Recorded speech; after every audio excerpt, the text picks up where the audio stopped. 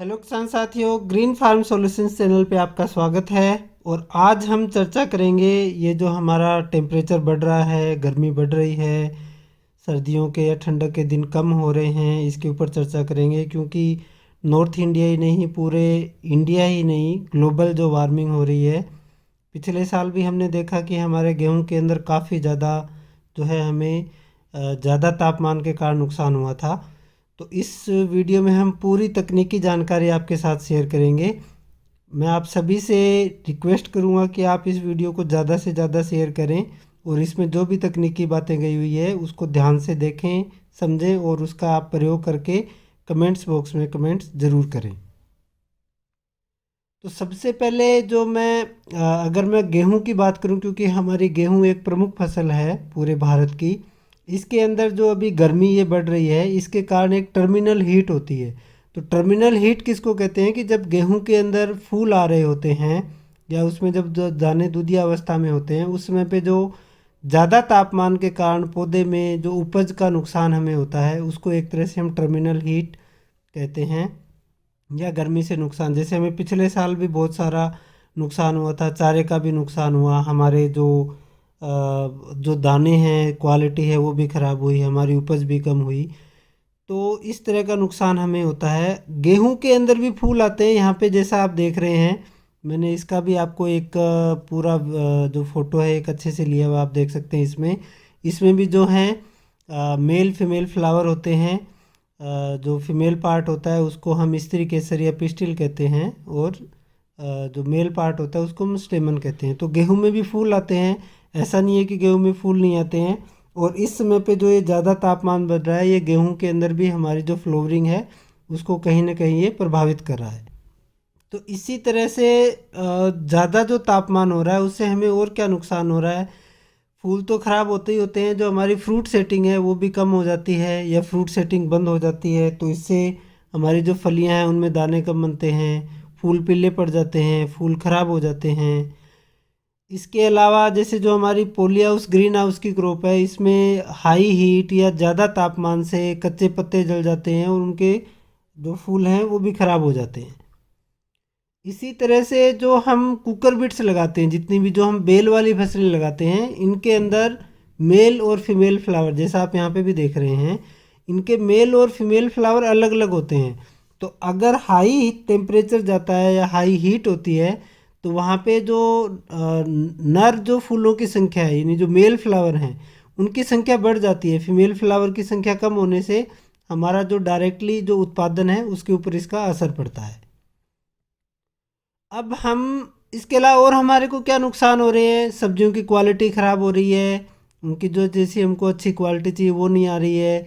फसलों में high temperature से जो फसलें आराम से पकनी चाहिए थी वो जल्दी से पक रही है, जल्दी उनकी हार्वेस्टिंग स्टेज पे आ रही है, उनके दाने सिकुड़ रहे हैं। तेल वाली फसलें जैसे हम सरसों हैं या तारा मीरा है या ऐसी फसलें जो हमारी लगी हुई है अभी खेतों में, उनके अंदर भी जो है तेल की मात्रा है वो घट जाती है। और अल्टीमेटली जो हमारा, मैं कहूँगा कि एक लास्ट जो हमारा उद्देश्य रहता है पैदावार का, तो हमारी कहीं ना कहीं ये जो ज़्यादा तापमान है ये हमारी पैदावार को भी प्रभावित कर रहा है।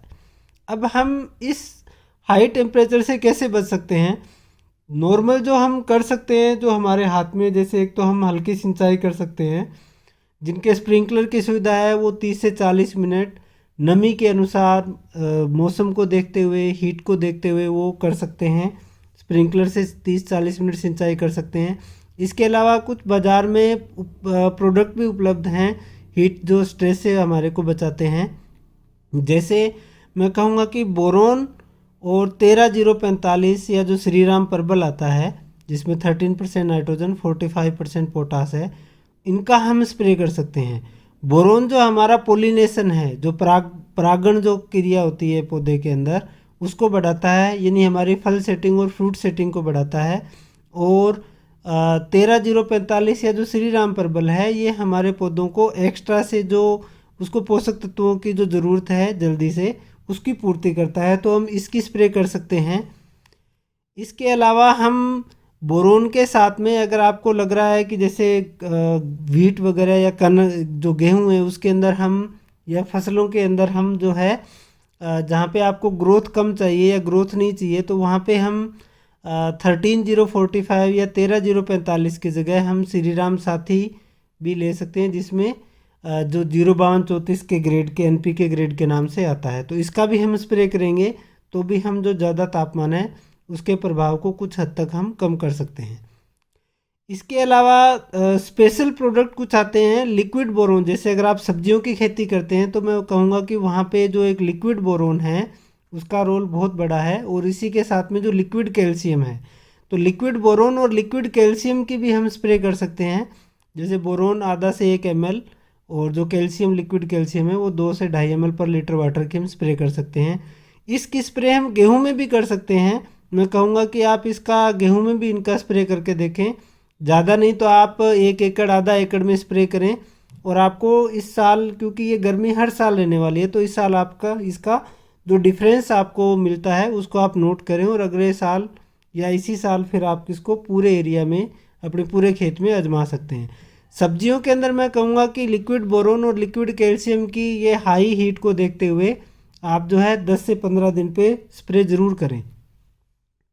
जो श्रीराम कैलिफिक है जिसके अंदर कैल्शियम है, और इस कैल्शियम के साथ में इसमें एक सिलिकॉन भी साथ में मिला हुआ है।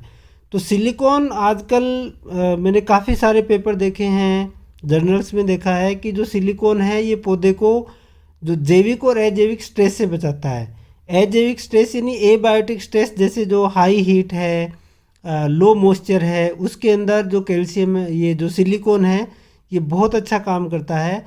इसके अलावा प्लांट के अंदर जो डिफेंस मैकेनिज्म है उसको भी ये एक्टिवेट करता है। तो प्लांट अपने आप को गर्म मौसम के लिए अपने आप को एक तरह से तैयार कर लेता है। तो उससे कहीं ना कहीं हमारे को जो गर्म मौसम है या हाई टेम्परेचर से जो नुकसान है उसको कम करने में हमारे को मदद मिलती है।